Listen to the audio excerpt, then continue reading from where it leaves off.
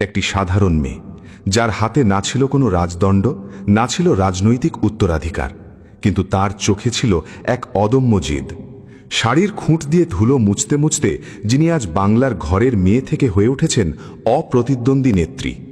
এমন এক নারী যিনি একা হাতে লড়াই করেছেন দশকের পর দশক। কিন্তু কেন আজও তিনি একা?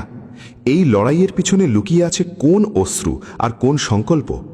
আজকের ভিডিওতে আমরা জানব সেই মমতা বন্দ্যোপাধ্যায়ের এক অজানা লড়াইয়ের গল্প, যা আপনাকে আবেগে আপ্লুত করবেই। মধ্যবিত্ত পরিবারের সাধারণ মেয়ে, জীবনটা ছিল ছোট এক চিলতে ঘরে সীমাবদ্ধ, কিন্তু স্বপ্ন ছিল আকাশের সমান।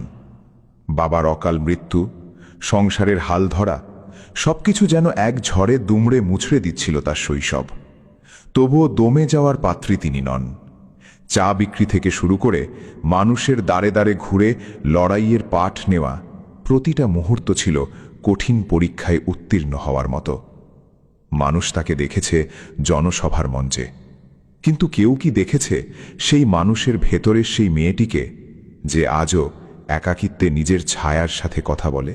রাজনীতি মানেই এখানে শুধু ক্ষমতার লড়াই নয়, এখানে ছিল অস্তিত্বের লড়াই। গায়ের ওপর লাঠিচার্জ, রক্তাক্ত শরীর আর অমানবিক প্রতিকূলতা। তবুও তিনি মাথা নত করেননি। যখন তাকে একা করে দেওয়ার চেষ্টা করা হয়েছিল, তখন বাংলার মানুষ তাকে হাত ধরে টেনে তুলেছিল। কেন তিনি বারবার নিজেকে প্রশ্ন করেন, আমি কার জন্য এত লড়ছি? উত্তরটা খুব সহজ। তিনি লড়ছেন সেই সমস্ত সাধারণ মানুষের জন্য যাদের কেউ নেই।